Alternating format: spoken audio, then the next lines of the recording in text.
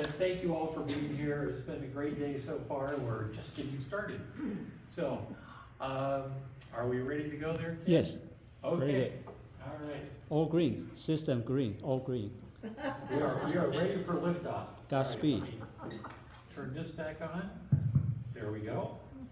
Okay. Well, again, thank you for being with us today.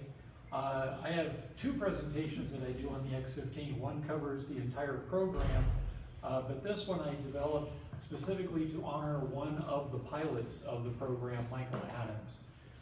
He was the first actual American astronaut lost during a space flight. And we're almost 60 years on and hardly anybody even knows who he is. So I definitely wanted to put together his story. This was originally created to honor the 50th anniversary of his loss back in 2017.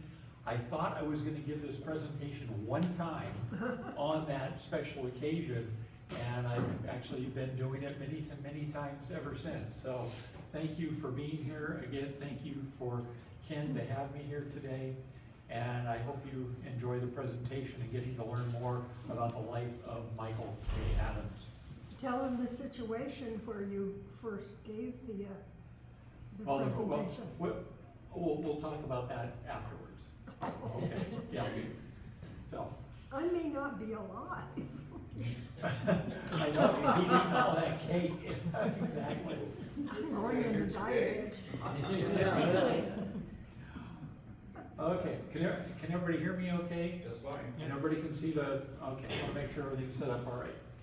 So, I'm here to tell you the story of Major Michael J. Adams of the United States Air Force. He was an exceptional research pilot and astronaut on the X-15 rocket plane, the fastest and highest X-plane that ever took to the skies. Adams was the first American astronaut who lost his life during a space flight, and yet little is known about him today. He was a family man with a beautiful wife and 3 children. I hope that after today you will remember Mike Adams for his part in America's early efforts in space exploration. Frida Adams made a point of attending each flight of the X-15 which her husband, Mike, flew for the Air Force. She recalled the first one saying, "It was scary, but exciting. It was like Flash Gordon." Friends, Frida would watch what preparation she could. They would bring us out in a trailer and get up pretty close. He'd watch them walk out to the X-15. She waved and hoped that he would see her, but knew that once in his pressure suit, visibility was very limited. I was always standing there wide-eyed. I could still see him walking out slowly because in the suit he had to walk kind of like a robot. Once her husband entered the X-15, preparations continued. Eventually, the B-52 spooled up its engines and taxied away, then sped down the runway and off into the desert sky.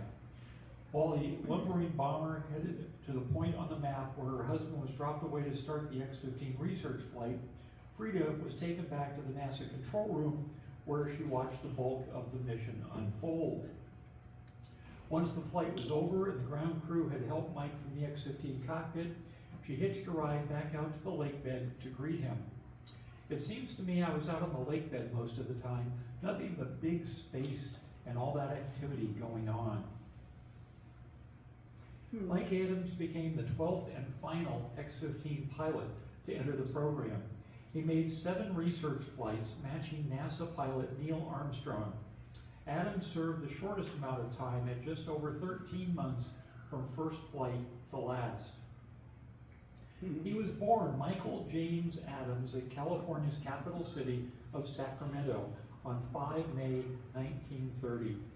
Staying in his hometown from grade school at Donner Elementary through 2 years at Sacramento City College before leaving to join the military. His younger brother George told me, "When we were growing up, we did all the simple things in the neighborhood. In the summertime, we played kick the can and mumble peg and went to the movies on Saturday. It was a modest upbringing, but we enjoyed it." Mike's first job came while attending Stanford Junior High School, delivering newspapers on his bicycle for the Sacramento Bee.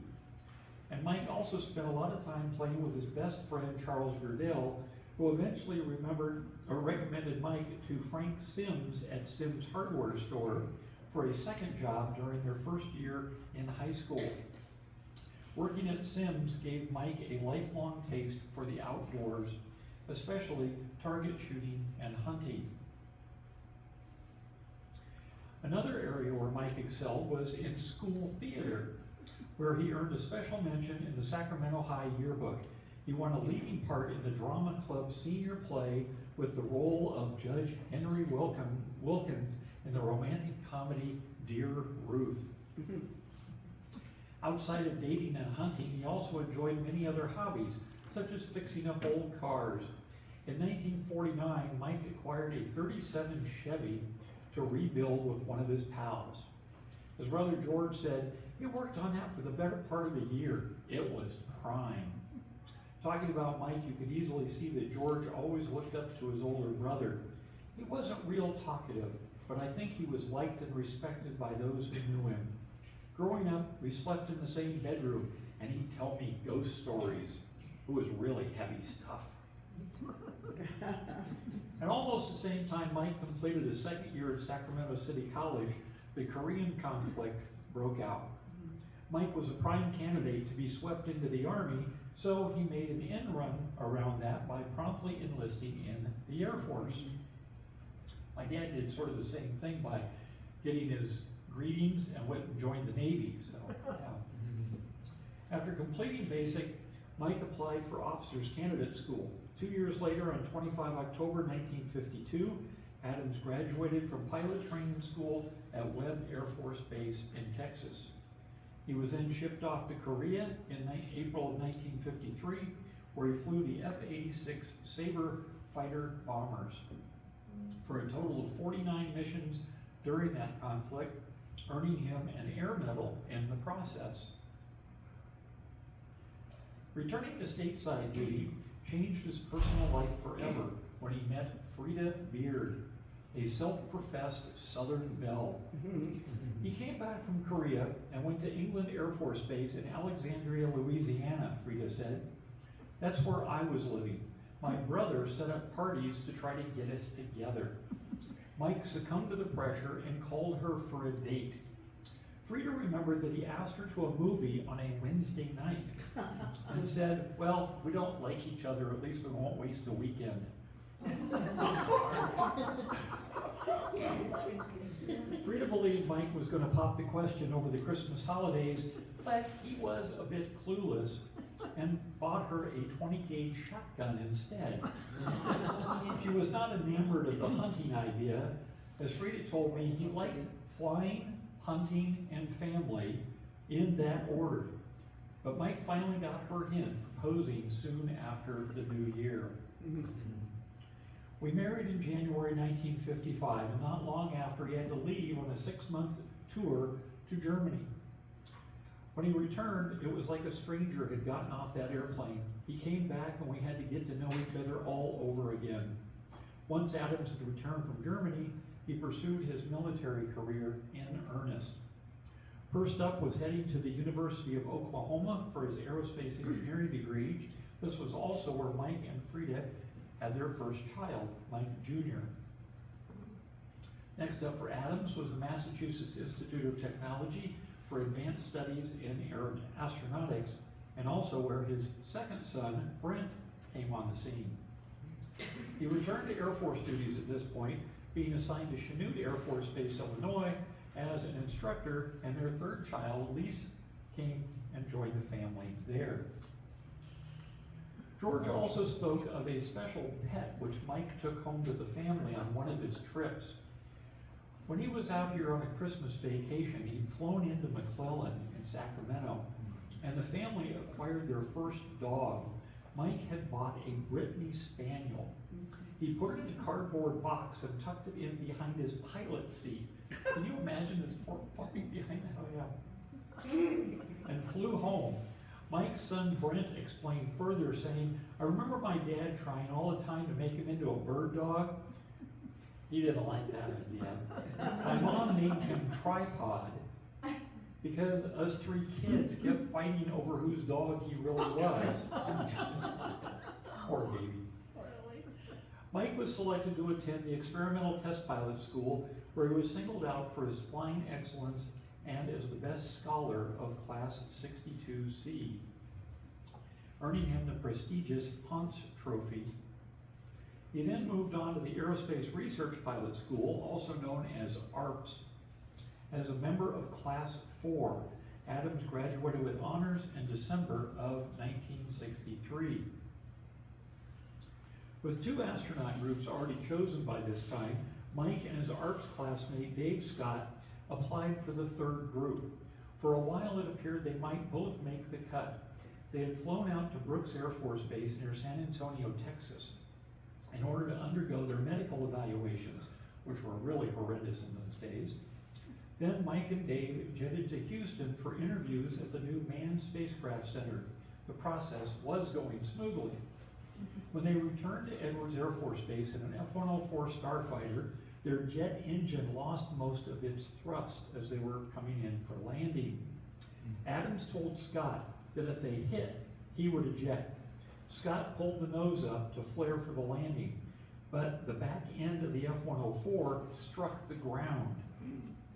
Adams did as he said he would, safely punching away from the accident. Scott, however, stayed with the crippled craft, and in a very serendipitous turn of events, both pilots made exactly the right decision. At impact, the jet engine was rammed forward through the fuselage, smashing through where Adams' seat had just been. Mike would have been crushed if he'd stayed with the aircraft. Scott saved his own life by choosing not to eject. The investigation showed that if he tried to eject, the seat would have malfunctioned and he would have died. Ejection is a very severe process, and Mike ended up with some temporary back problems, which took him out of the running for that astronaut class. Dave Scott, however, did get picked and went on to fly into orbit on Gemini 8 with fellow crew member Neil Armstrong, also from the X-15, and then to walk on the moon as commander of Apollo 15. How did Mike react to the news of losing that astronaut slot? Frida recalled he was very stoic, no comment. Even with no words spoken, she could tell how deeply the loss of the NASA astronaut slot had affected him. It was at that moment all her reservations disappeared about Mike's goals of becoming an astronaut. I wanted to know, why was he not chosen? It was a disappointment for me, and I'm sure it was a bitter disappointment for him. Having missed at NASA, Mike then applied to the Manned Orbiting Laboratory Program, sometimes known as just MOLE. The spacecraft used a modified 2-man Gemini, which would be connected to an orbital module full of surveillance equipment. It was a military spy platform on orbit and could have become America's first space station. MOLE had been an attempt to create a standalone military presence in space. Adams became one of 8 MOLE astronauts announced on 12 November of 1965.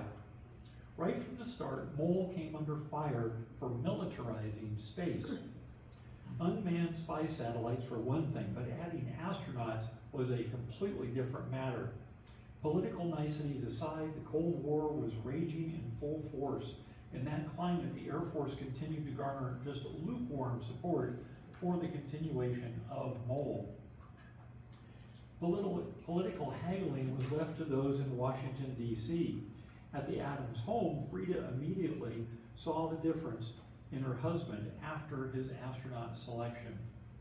She said, everything was really exciting when he was chosen. Unfortunately, it didn't take long for Mike's elation to fade, however, as he figured out that his ride into space with the Air Force might be a long time coming. Mike's brother said he definitely wanted to do more flying than what he was doing, but he had at least gotten onto the MOLE program. Mike expected the fast pace of Apollo. Instead, the only fast-paced thing in this program was delays. From the beginning, launch dates got further away, not closer. Mike's boredom was palpable, and he felt he had to move on. George told me when the slot opened up on the X-15, he jumped at that. Barely 8 months after joining the astronaut team on the manned orbiting laboratory, Adams departed for the X-15, officially joining the rocket plane team on 14 July of 1966. He was elated to get flying towards space in the X-15 as soon as possible, saying in an interview, "I'm not particularly anxious to set any records, but if there are any, that is just a cheerful fact that goes with the mission. His speeds and altitudes exceed anything I've ever seen before." His move away from Mole was definitely the right one, as the program was shut down without ever achieving a manned flight. Once he shifted to the X-15, Mike perked up again. Frida explained, it was like living in a unique world because that was a special thing. They treated you differently. The excitement from his wife and brother was much more visible than from Mike himself. Mike was not subject to opening up too much about things, recalled George. He summed up his older brother as quietly competent.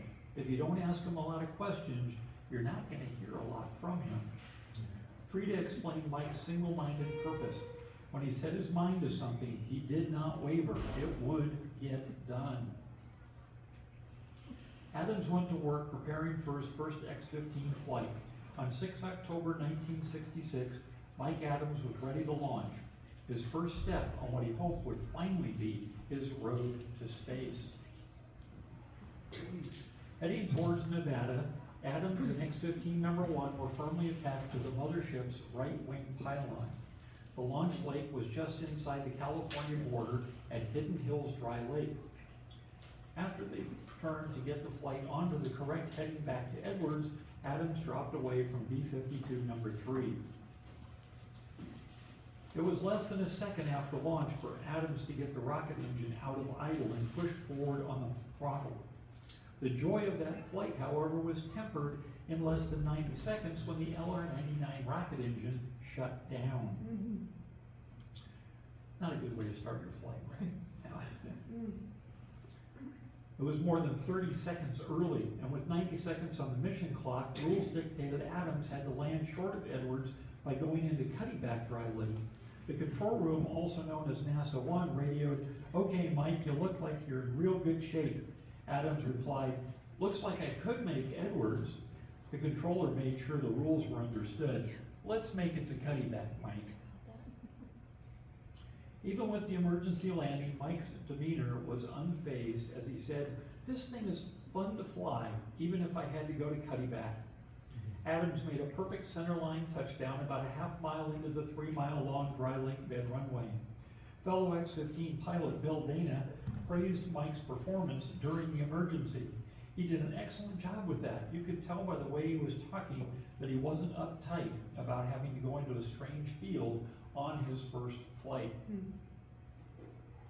The second flight for Adams on 29 November was for further familiarization with the dynamics and handling characteristics of the X-15. He expanded his speed envelope to approximately Mach 4.5. 4.5 times the speed of sound. That's the thing with the X-15. This sucker got up and moved. There's no aircraft in the world that's ever approached the X-15 speeds. Wow. And he did this by increasing the engine thrust from simply 50% up to 75%. That's all it took to get there. The increased power of the LR-99 rocket engine was evident, and that the higher velocity was achieved even though the burn time was reduced by 30 seconds. Winter weather and wet lake beds put off further flights for anyone in the X-15 for nearly 4 months. Drier weather permitted flights to resume finally on 22 March, where he was able to open up the throttles to the full 100%, recording his highest speed flight in the X-15 at Mach 5.59, 3,622 miles an hour. Launch this time was from the Mud Dry Lake area, nearly twice as far from Edwards as his first 2 missions. The next flight for Adams expanded his altitude experience up to 167,200 feet. By 15 June, and after 3 successive aborted attempts, Adams was ready for a much larger leap, topping out at 229,300 feet. With that extra altitude also came extra time at 0G as the aircraft drifted through the ballistic arc at nearly Mach 5. Adams got somewhat annoyed by one aspect of having no gravity to hold things in place. My checklist would keep flopping up and over, and it was waving around in front of me. I kept knocking it down, but it immediately would stand back up again. So I finally just had to quit fighting it. Mike allowed the pages to do as they wanted until gravity returned as he began re-entry. After a successful re-entry from 43 miles high, Mike set up on final approach to the Rogers Dry Lake Bend. After landing, he said, "Compared to what I could do in the simulator and what I was doing in flight, I don't think I was doing quite as well. Maybe we should fly more often." Mike still craved a more aggressive flying schedule. After all, this was why he left Mole. It took more than 2 months for Adams to get back into the X-15 cockpit and ready for flight 362. What that means is this is aircraft number 3 and the 62nd flight that it had taken place. Even though it had taken too long by Mike's reckoning, he was certainly ready to go. It was the first time since entering the program he accomplished 2 back-to-back flights with no aborts in between. On 25 August, Mike got ahead on his checklist and was obviously anxious to get underway. Adams went for the launch, saying, "I hit that switch, I threw the throttle on as fast as I could, and I got a vibration malfunction shutdown." The X-15 continued its unpowered drop toward the ground as Mike ran through his restart checklist. 16 very long seconds later, and more than 4,000 feet lower in altitude, the familiar hard acceleration of the rocket finally kicked in. Adams compensated for most of the altitude loss at launch, leveling out just 600 feet below the planned 85,000 foot target. Coming down quickly, he prepared to land, later telling the debriefers, "I don't know where I touched down. It just goes and goes and goes. That thing really floats. You can hold it off a long time. It's a good airplane." As the dust on the lake bed began to settle and the friction of the skids brought the aircraft to a full stop, the clock read 1:35 p.m. on the afternoon of 25 August 1967. After 6 flights, Mike Adams felt he was just getting the feel of this rocket plane. He looked forward to new and more meaningful milestones, and he still had his sights set on space. He had no way of knowing he had just completed his final successful X-15 mission. Moving to Edwards from Louisiana had originally been a shock for Frida. She had been raised amid the lush green and muggy air of the bayous. There was life everywhere. The high desert of California seemed like being dropped onto Mars. Right.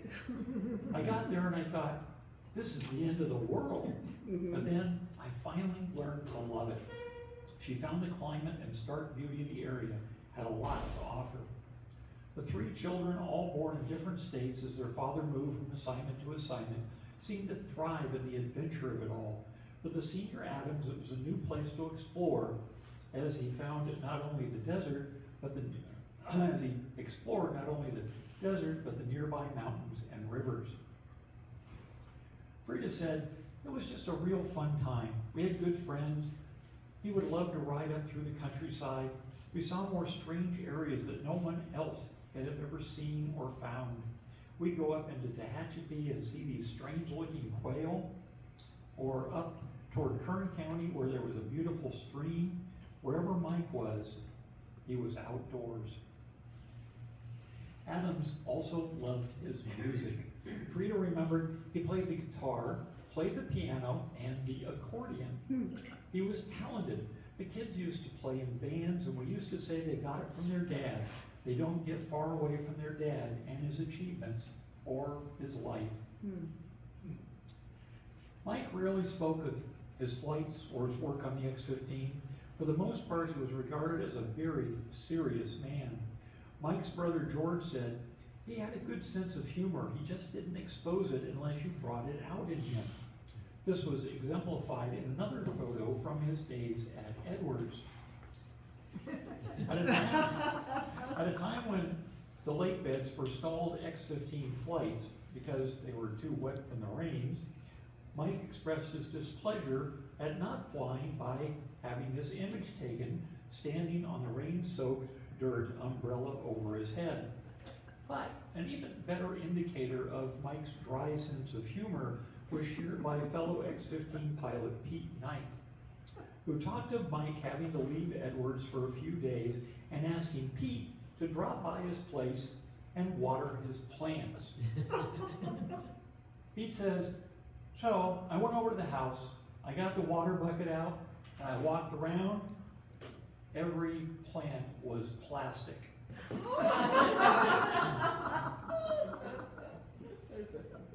In October 1967, Adams stopped in to see his family in Sacramento and decided to take a quick outing with his childhood buddy Charles, who told me, "We took my dad's boat out. We were sitting out there waiting for the fish to bite, and Mike said, 'You know, I'm flying faster than those bullets coming out of a gun.' It was just fascinating to hear him say that." That was the last time I saw Mike. Oh. Pete Knight took the X-15 to its highest speed on 3 October 1967, achieving Mach 6.70, 4,520 miles an hour. No other aircraft has come even half that fast. This is a speed record that still stands today and considered by many to be the zenith of the X-15 program. 4 years earlier, NASA pilot Joe Walker had taken the X-15 to a height of 354,200 feet.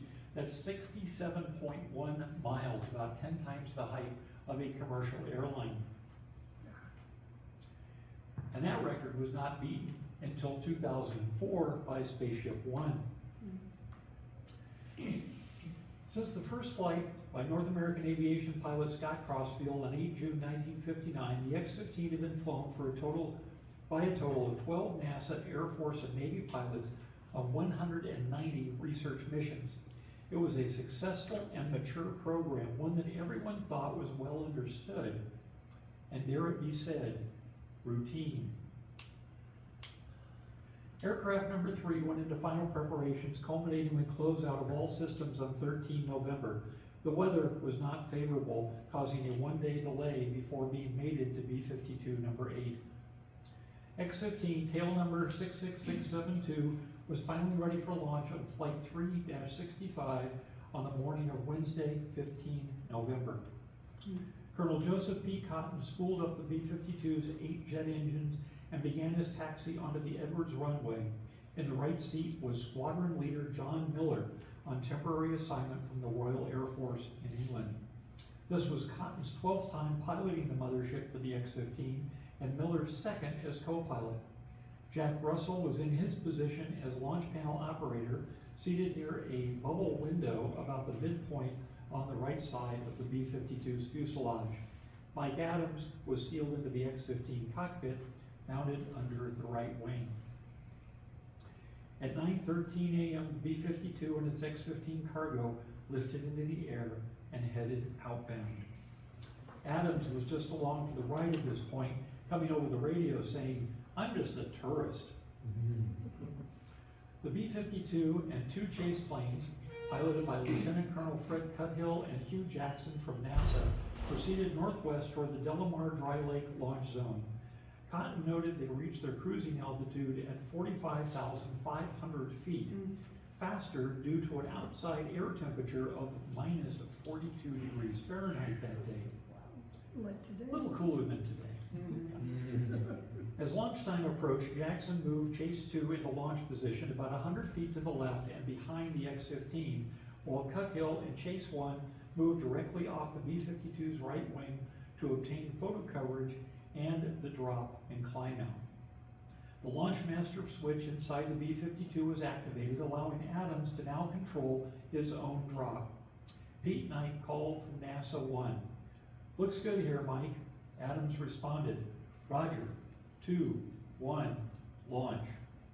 At 10:30 and 7 seconds, he commanded his launch release. Falling away from the pylon, he immediately moved the LR-99 throttle to 100% thrust. NASA One confirmed, Roger, we've got a good light here, Mike. The X-15 quickly outpaced Cuthill and Jackson in the chase planes. Adams angled upward through the stratosphere, heading to the top of his ballistic arc in the mesosphere. This configuration of X-15 number 3 had two 6-foot-long pods mounted to the tip of each wing. On the left were two experiments which opened at high altitude. One was a micrometeorite collection box, while the other was a solar spectrum measurement device. The right tip pod held an extendable probe known as the bow shock standoff measurement experiment. This probe had not been verified in an altitude chamber prior to flight, and in vacuum it started to arc, causing noise in the wiring of the X-15. This affected operation of several critical systems, including the aircraft's computer, which started to continually dump and reset a total of 61 times before the end of the mission. Adams tried to fix the problem, but it kept resetting, causing a major distraction as the flight progressed. Telemetry received on the ground showed Adams was on the flight profile, although they could tell his trajectory was slightly higher than planned.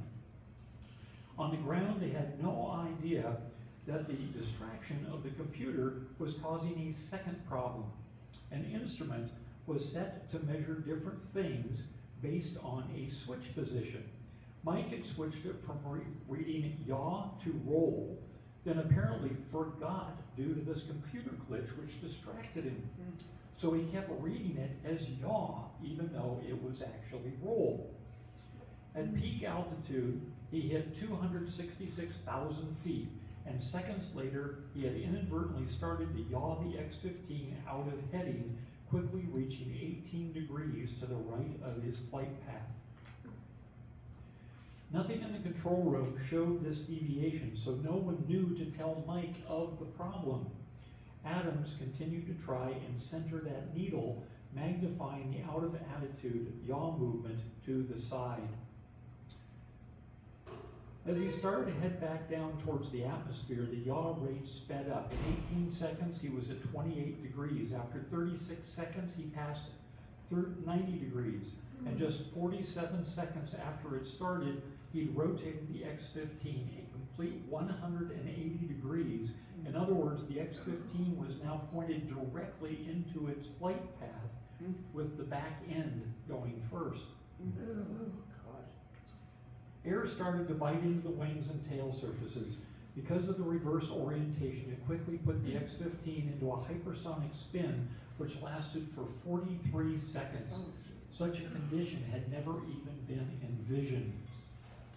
No other aircraft had ever experienced anything like it before or since. Mike tried to correct the spin using the reaction control jets. He called over the radio to Pete Knight. "I'm in a spin, Pete." Knight didn't seem to understand, and Mike repeated that call 2 more times before going silent. NASA One continued to call on the radio, never envisioning the disaster unfolding high in the desert sky. Mike may have blacked out from the G-forces spinning him around at a high Mach number. When the X-15 came out of the spin at 120,000 feet, it was once again facing into the direction of flight. A severe up and down porpoising motion at Mach 4.7 began, inflicting 15 plus and minus Gs on the airframe. This quickly exceeded the aircraft's structural limits. At approximately 80,000 feet, the X-15 started to break apart from the aerodynamic loads, with the entire structure failing by the time it descended to 62,000 feet. At 10:35 and 20 seconds, just 5 minutes and 13 seconds after dropping away from the mothership's wing pylon, X-15 number 3 impacted the desert floor in a hilly area between Johannesburg and Ridgecrest. Mike was killed instantly. As is obvious from the flight radio transcripts, those in the control room and aircraft aloft supporting the mission had no idea of the severity of the events unfolding. Even though Adams radioed 3 times in just 17 seconds that he was in a spin, it appears to have never fully registered with anyone on the ground. Even at this point, most everyone expected that Mike had somehow either made an emergency landing or hopefully had ejected. It took 10 minutes for someone to see signs of the crash. A helicopter was dispatched where they found the forward fuselage and confirmed the worst. At 11:01 a.m., the flight surgeon made the radio call, dispelling any doubt of a miracle. This day started no different for Frida Adams than all the other X-15 flights when her husband was the pilot. She was at the NASA Flight Research Center watching the proceedings as they unfolded. Also joining her was Mike's mother, Georgia. She was in town to spend the upcoming Thanksgiving holiday with Mike and friends and Frida and her 3 grandchildren. It was the first time Georgia had had an opportunity to see her son doing the job which had made him famous back in Sacramento. Frida sat quietly with Georgia in the NASA control room, not wanting to get in anyone's way as the flight proceeded, but soon after she heard that faithful call from Mike, "I'm in a spin, Pete," she knew something was wrong. Almost immediately, even as events continued to unfold, someone in the control room had the presence of mind to realize Frida and Georgia should not be in that room. She recalled that we were standing, listening, and of course, everything was going awry. They quickly got us out of there. I can remember I wanted to help Georgia. I wanted to be sure she was protected from whatever. So I was trying to be the mother hen to her when I was falling apart myself. Several of the people I spoke with expressed grave misgivings about the X-15 program following this tragedy. This stemmed from how they felt the program had somehow lost sight of its objectives. Harry Shapiro, an engineer on the external tank system at North American, said, "North American was very concerned there was a lackadaisical manner about the way the people were handling this aircraft. I think the company felt we were going to lose more if we had this manner. We really had to treat each flight as a critical item." X-15 pilot Robert White shared his same sentiment, saying, "I often felt that sometimes we went too far with these things. When I was participating in the program, your eye was always on the ball. It was very intense. Now you're starting to take this as a routine thing. Boy, this is not routine stuff." Then there was that dual instrument presentation. You'd flip a switch and it would show you something happening, and you'd flip it another way and the same needle would show you something else. I thought, give me a break. That NASA is a different kind of NASA than the one that I operated with. In the context of the opinions of both Shapiro and White, it can be argued that the historical roots to the later Challenger and Columbia space shuttle disasters can be seen as early as 1967 with the Adams accident.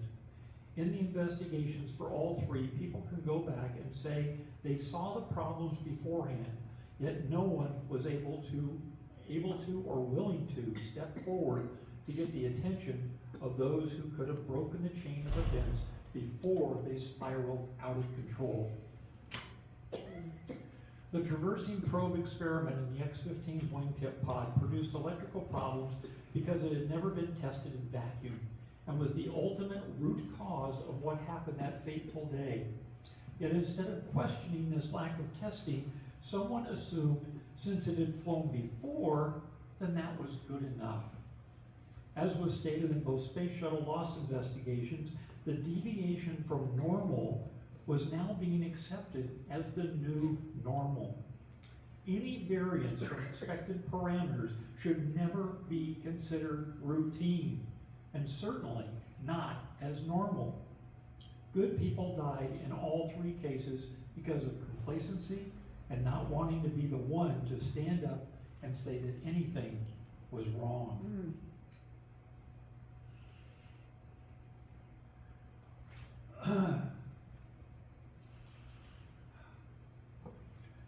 Directly as a result of Adams' accident and the subsequent investigation and report, 2 specific changes were made in the way the X-15 program was run. First was that future flights would ensure the pilot had all of his pitch, roll, yaw, heading, and angle of attack information, and that a telemetry channel down to NASA 1 would provide these same data to the controllers on the ground in real time. Even though the X-15 continued to fly for nearly a year, the heart of the program had been shattered, along with Mike Adams and X-15 number 3. Funding existed through the end of 1968, but no one wanted to push their luck anymore before it was finished. X-15 crew chief Charlie Baker said, "We were a nice little team, a family. You knew all the pilots. It was a glorious thing until that day. When you lose one of your family, you lose a part of yourself." Out of 3 rocket planes, only the number 1 ship was left to finish out the program. Once the investigation was completed, the broken remains of X-15 number 3 were sanctioned to be buried in an unmarked grave in the desert. For Mike, his legacy is that the flight test community learned a powerful lesson in safety. 10 years before his last mission, pilots seemed to be throwaway items out at the base. Almost every week, someone was being replaced after one crash or another. A decade later, losing a pilot to an in-flight accident was a rarity. Unfortunately, these lessons were apparently not transferred to the space shuttle program, later costing 2 very expensive vehicles and 2 irreplaceable crews. After a tragedy strikes, the exact moment becomes a fixed point in time, one which never diminishes in memory. Charles Gerdell, Mike's best friend, was crossing the 8th Street Bridge in Sacramento when he heard the news on the radio. Mike's brother George was in an attorney's office. I got a phone call there from a military spokesman, and he informed me of the fatal accident. It was a severe shock. Suddenly, you're going to have to cope with something that heretofore was not possible. It's like everything else, you just don't think it's going to happen to him or to you. A memorial service was held at the Edwards Base Chapel on Saturday, 18 November at 3 p.m. Chaplain Roy gave the eulogy, intoning, "The flight testing profession has lost a dedicated pilot, and the United States Air Force has sustained a great loss. He gave his life doing the thing he most wanted to do." It was a sentiment echoed by Charles Gerdell when he said, "Mike loved that plane. We hated to see him go, but he died doing something he loved. I couldn't imagine Mike being in an old folks' home someday." The memorial concluded with the people filing outside for a last tribute as a group of Edwards Flight Test Center pilots flew a formation of jet fighters over the chapel, one of the planes pulling up sharply as they passed overhead in tribute to the missing man. Within just a few weeks, Frida and her children had to vacate their home at Edwards. She chose to move the family back to Louisiana rather than to Sacramento. Her roots were in the South. "You gotta go right back to your own people," she told me firmly. Mike also went with her to be interred close by. Frida thought it was the right thing to do. The family in Sacramento did not argue. She always remained close to Mike's family and often crossed the country to visit. Frida settled in Monroe, Louisiana, returned to college to finish her master's degree, where she also met her future second husband, George, a college professor who specialized in theater arts. "I loved working in my flower garden." You didn't get to do that at Edwards. Mike's X-15 flight had been scheduled for an altitude of 250,000 feet, but his peak altitude ended up being 266,000 feet. These extra 3 miles made a lot of difference in one very specific respect. In the 1960s, the U.S. Air Force held the official position that any pilot who exceeded 50 miles was to be considered an astronaut. On 15 November 1967, Mike Adams accomplished his goal in the X-15 with less than half a mile to spare. In the end, his dream of entering space had finally been realized. On Tuesday, 16 January 1968, Frida made the 80-mile trek west to Barksdale Air Force Base. There was little ceremony. She received her husband's silver Air Force astronaut wings. It was a status for her husband which Frida would have preferred to forego if Mike had instead returned alive from his flight. You can't help but be bitter when you have to go through something like that, she said. Just think what could have been. Looking back at her years with Mike, she had regrets, but also wonderful memories. We had a good life and all. When he would go out early, he'd fly over the house and wave those wings. I was out waiting for him to see him fly by. A memorial created by Eagle Scout John Medelsky now marks the spot in the desert where Mike Adams lost his life.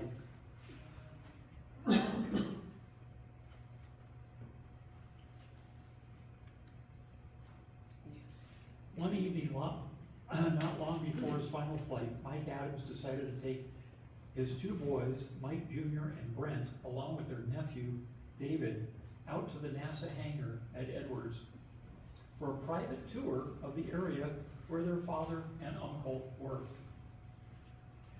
At the time of his nocturnal visit to the hangar, was filled a wide variety of experimental aircraft in all sorts of strange shapes and colors. Adams let the boys explore and even opened up some of the aircraft so they could sit in the cockpits to pretend they were flying at high Mach numbers themselves. Remembering his long ago childhood, a giant grin appeared as Brent recalled that magical night with his father. I believe all 3 X-15s were in there that particular night. I'll never forget that. Dave said, I remember walking beneath the B-52 as we entered the area, and it was just amazing to have done that. I remember that so vividly. It really left an impression on me. I asked Brent which image is the first to come to mind when he speaks of his father. It would be with a flight suit on, out there standing on the lake bed. If there was a second image, it would be fishing or something like at Lake Tahoe. The image of Mike out in the forest or on a lake is the way so many of his family and friends remember him, although the public image was always of a serious man standing stiff and unsmiling next to the X-15. Mike was much more than that, Bill Dana related. He was just a great big bear of a guy. Mike was really laid back compared to the average test pilot who was running at max gain all the time. He was just different from the other guys in the program. With all Mike that had gone through, from losing the NASA astronaut selection due to the F-104 ejection injury, becoming frustrated with the lack of progress at Mole to the point of leaving that program, and finally being selected to fly as one of the elite test pilots on the X-15, maybe in the end, Mike found his heart being drawn in a different direction. Perhaps inner peace for Mike Adams would not have been in outer space, but in the backcountry of America. Dana shared a thought that opened up a tiny window into the soul of Mike Adams. He talked like he was ready to get out of the Air Force and go be a forest ranger. I don't think he actually would have done it, but that's what he claimed he wanted to do, go be a forest ranger. Maybe Mike would have chosen this new path and been exceptionally good at it if fate had not intervened so tragically. Thank you for being here to honor Mike Adams today. I've been honored to share his life story with you. I hope you will remember Mike the next time you look up into space on a clear night. Good day to you all. Thank you. If you have any questions about Mike, the X-15 program, I'd be happy to answer them for you. Thank you so much.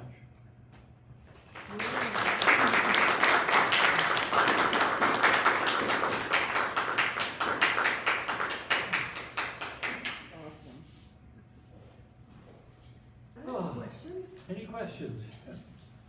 Yes. So Frida and his mother were there when he was crashing? Yes. Yes, they were. Oh God, what was their reaction? They took him out of the room, Yeah, they I know they took took him out of him the out of the room. room, but they must have been totally flipped. Yeah. oh my God, that. And you can imagine their reactions in that case, especially Georgia, who'd never been there. Remember, Frida was there for every flight. she always was there whenever Mike was flying. So, you know, she was always right there by his side. And to have Georgia, his mom, there when all this was unfolding, I just can't imagine what had to be going through their heads at the time. His mother was devastated, completely, absolutely devastated. She was gone. Oh, yeah, yeah. I know that feeling. Yeah, and what's exceptionally sad too is, of course, he had his 3 children. The daughter Elise was the youngest, and then Brent was the middle, and Mike Jr. was the first child.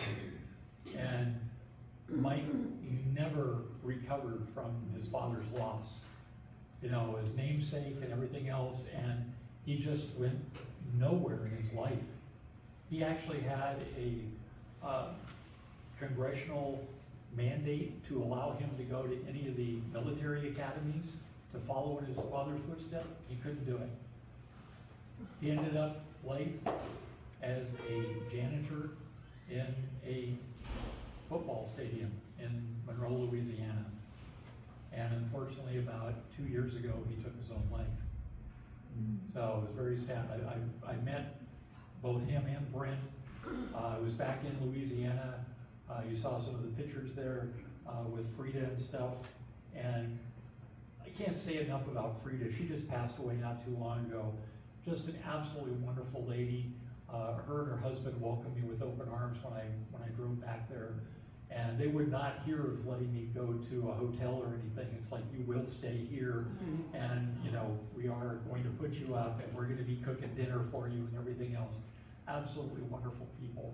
And you also saw there's a picture of Brent and Dave.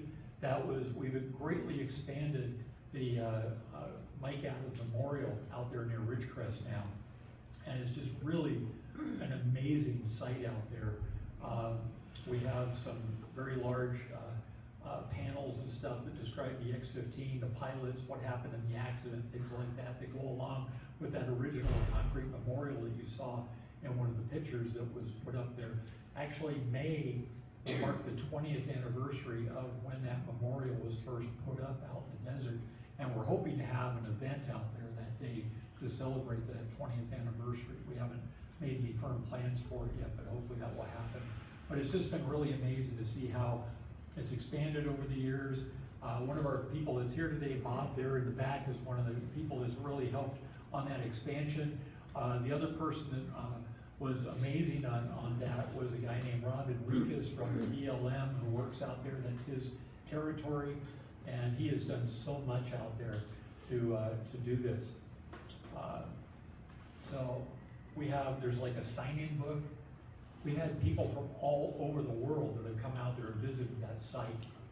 And it's one of the things, if you go to my website, you can download a tour book that I actually created where you can actually go all around and see the different sites associated with the X-15, including exactly how to get out to the crash site, things like that. So anyway, sorry, long explanation for your question there. Anybody else have any other questions? So they made the memorial 20 years ago out in the desert, Yeah, it was dedicated in May of 2004. but he crashed earlier in 67. Yeah, he crashed in 1967. Right. There's a group of people out there who actually go to these sites. They try to find the different sites where major air accidents have occurred. And so the spot where the X-15 crashed had been located, you know, of course, a long time ago by some of these people. They call themselves X-hunters. And this John Badelsky was getting ready to do his community service project for his Eagle Scout. And his advisor was a guy named Greg Frazier with the Civil Air Patrol.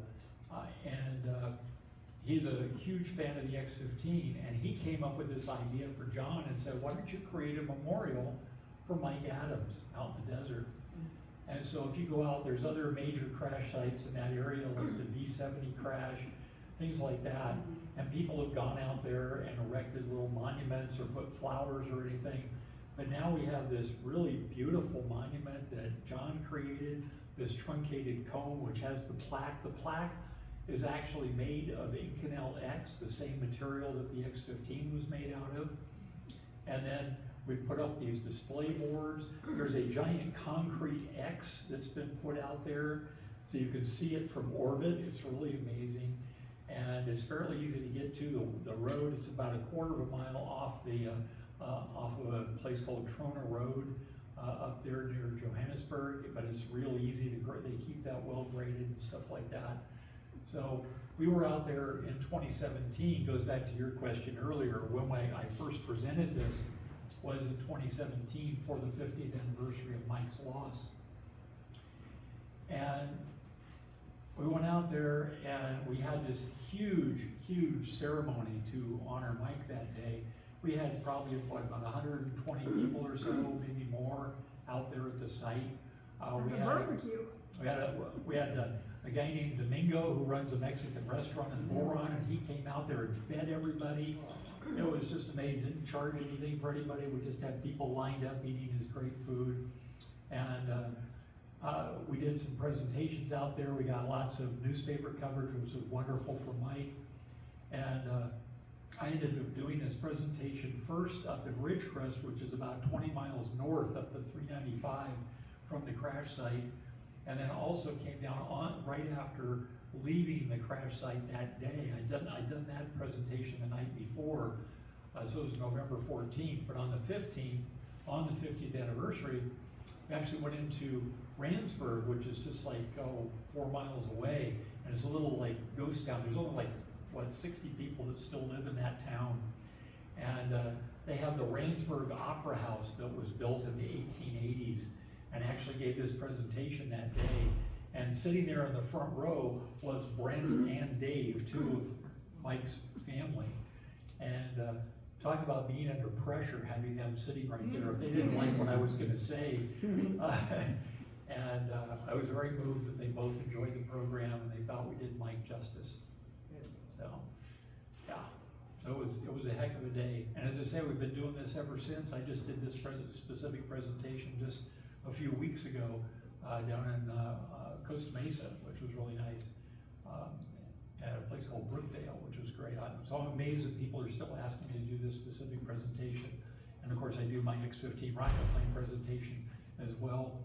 And this is number 139. I've done talks about Mike Adams and the X-15 and stuff 139 times now. I got another one coming up, real big one coming up on the 15th of February, and I'm looking forward to that. So pretty soon you'll get it right. Yeah, I know. I keep working on it. I keep working on it.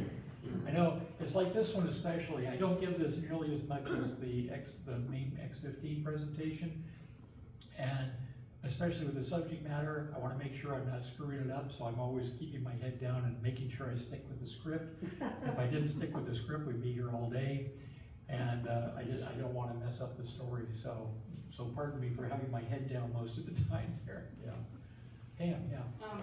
I'm just curious how well Mike Adams knew Joe Walker, because when I was in 7th grade, you know the story. Oh, yeah. But his parents lived in Florida, and my father has a church there, and he was visiting his parents who went to our church. And that afternoon, we had a chance to meet him, and my dad had said, "Would you like to meet the fastest man on earth?" And of course, then I got his autograph, and I didn't know much about it, and a month later is when he died in that accident, and that had an impact on me for my love of the X-15, and I wanted to know more, because I just met this man and he had died, and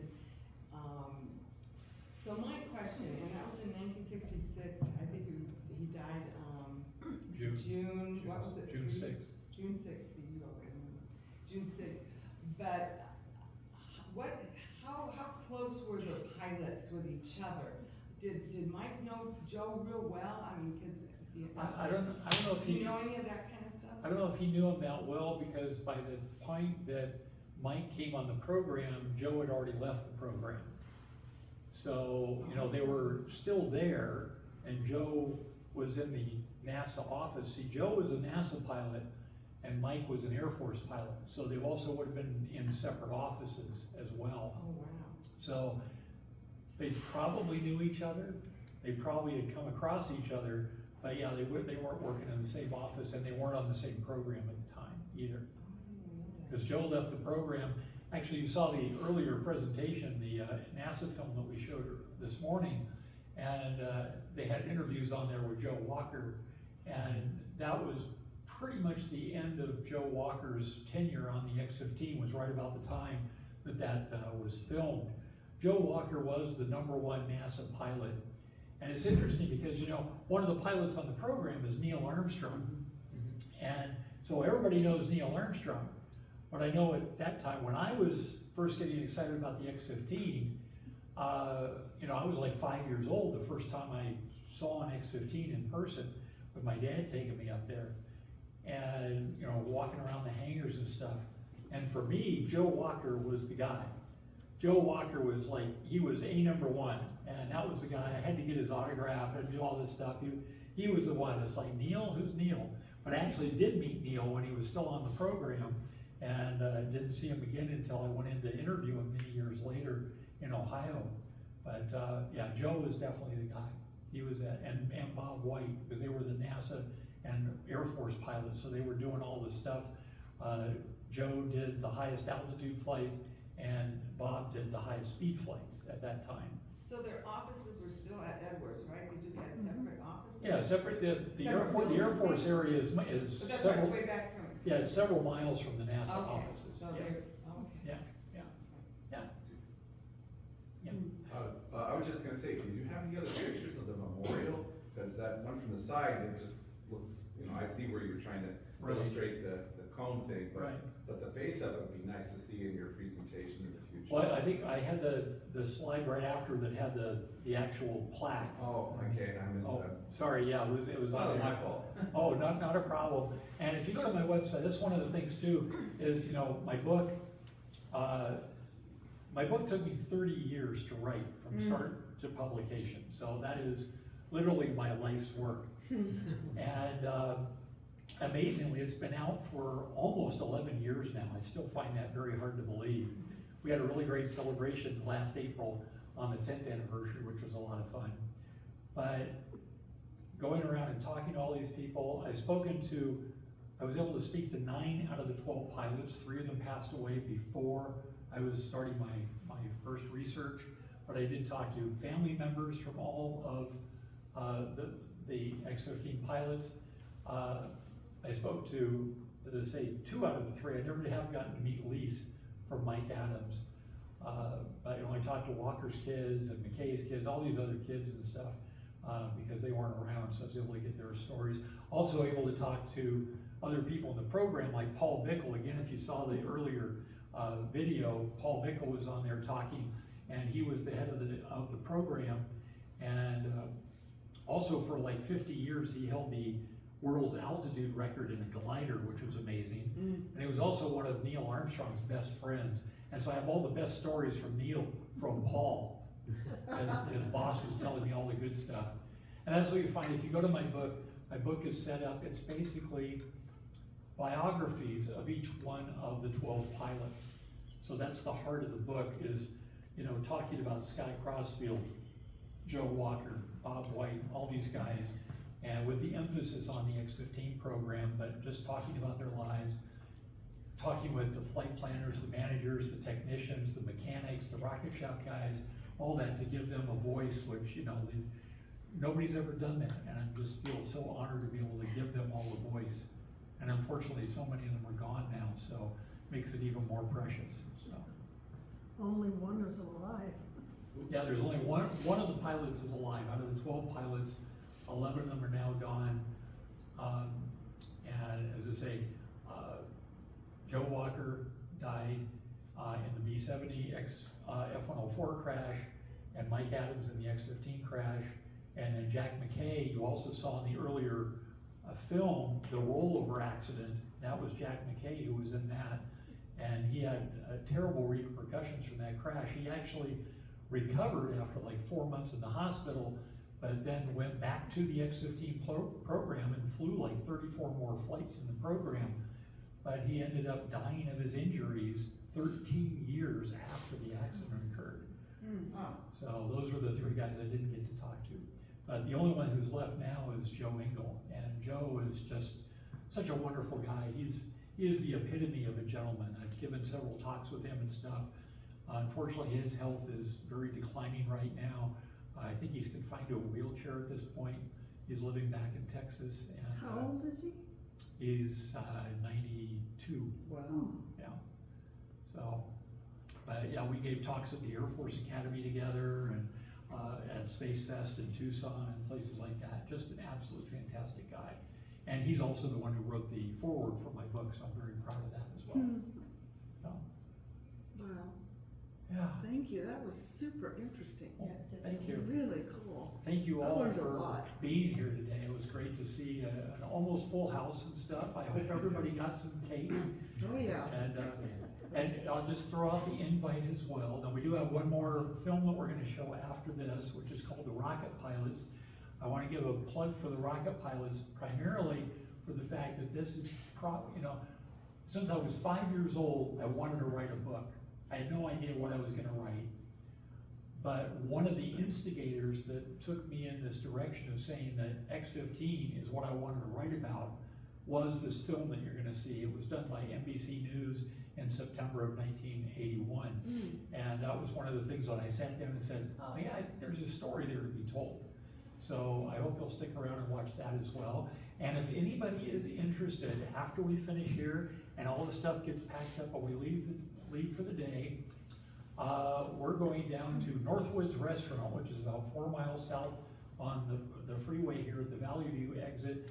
And we're gonna be celebrating Cherie's birthday there for dinner. So anybody here is more than welcome to come and join us at Northwoods afterwards today too. So thank you again for having me here today. And we thank you for Michelle. We have, on behalf of the AIAA Los Angeles Las Vegas section, we thank Wow. Michelle for. That's a cool frame. Yeah. Thank you. That's very nice. You and your talk. Thank you. Yeah. Thank you so Thank much. Look at that. Yeah, we'll come over. Come on, wait.